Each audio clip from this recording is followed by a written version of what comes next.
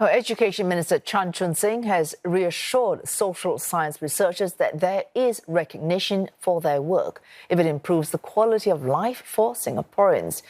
He notes that many researchers find it hard to be published in world-renowned journals. That's because they deem Singapore too small and the case studies too niche. Mr. Chan was speaking at the Ideas Festival. It's the first time autonomous universities are working together to put the spotlight on local social sciences and humanities research. Mr. Chan says such collaboration is also important between researchers and practitioners like government agencies. He says the solutions that they can create can be relevant to other countries much bigger than Singapore. Our bigger challenge is for us to take Singapore forward and to compete with good ideas to be a leading beacon for the rest of the world. So the competition is not within, the competition is beyond us. And the challenges are beyond what any one particular institution can overcome.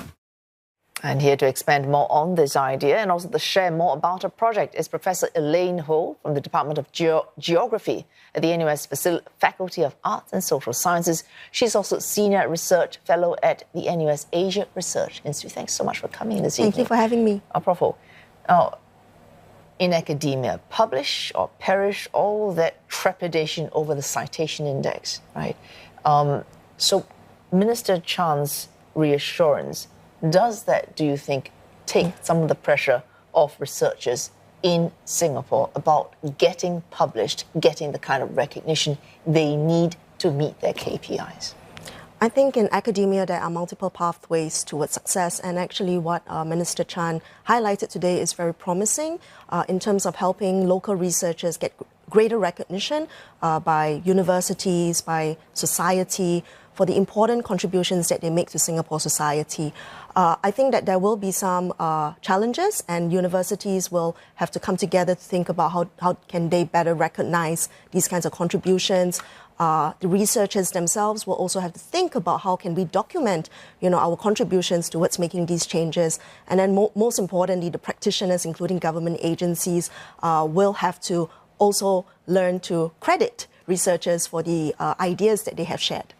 Prof. Ho, put into context for us why there is this need for the improvement in the local research landscape. Well, social science and humanities research is very much part of our everyday lives. And in fact, the earlier news segments that you had shared on mental health, on children's health outcomes, these are very much about behavioral aspects in our society. So social science and humanities researchers have these kinds of insights that can help us to improve the way that we try to better society. I think in particular with social science and humanities research, there has been much more attention given to STEM research subjects in the Singaporean landscape.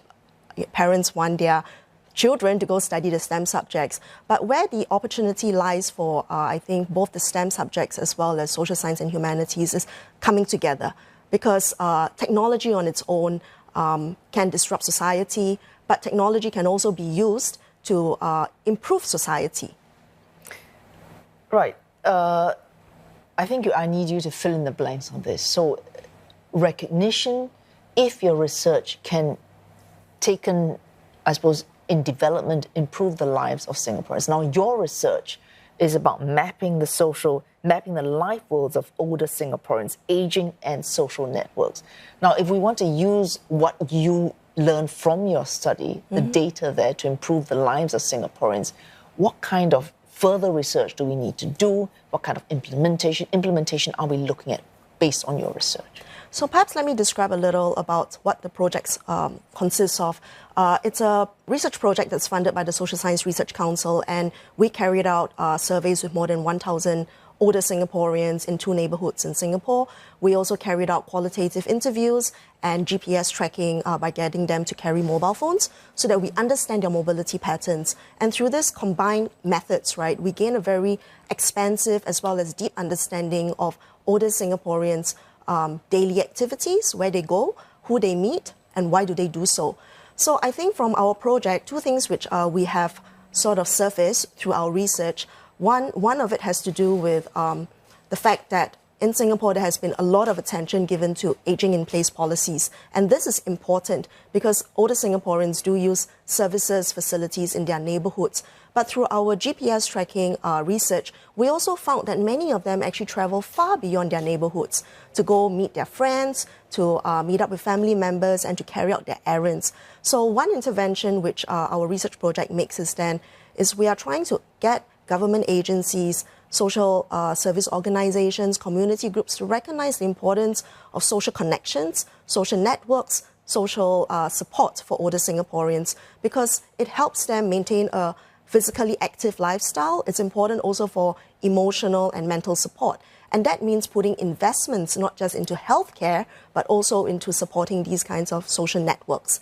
The other implication is from our research, we realized that urban design, walkability within your neighborhoods is very important to enable older Singaporeans to go out, be active, right? But in addition to that, so is transportation connectivity and affordability.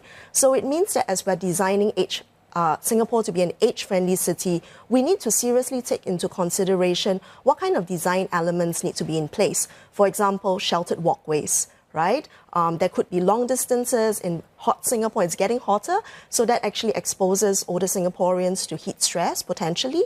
Another aspect, what is the distance of bus stops to where they stay? Is it easy for them to get there? Can they get from the bus stop to connect to an MRT in order to go further away? So there are lots of actual policy implications coming from our research, and that's an example of how social science and humanities research can contribute insights to the betterment of society. Right, so there are the key findings of this can actually influence policy as well. What's next for your research, though, Prof? So my two research interests are in migration and aging, and my next research project will marry the two by looking at aging immigrants in Singapore who have been in Singapore for 2-3 decades, and they have actually decided to settle long-term. And this new project actually is meant to set in comparative light what we have currently found out about the social networks of Singaporeans and what we want to find out about the social networks of aging immigrants in order to better prepare not only for an aging population in Singapore, but for a more diversified population of older Singaporeans. All right. Well, thank you so much, Professor Ho, for coming in to talk to us about this and the results of your survey as well. Professor Elaine Ho there from the Department of Geography at NUS Faculty of Arts and Social Sciences. She's also Senior Research Fellow at NUS Asia Research Institute.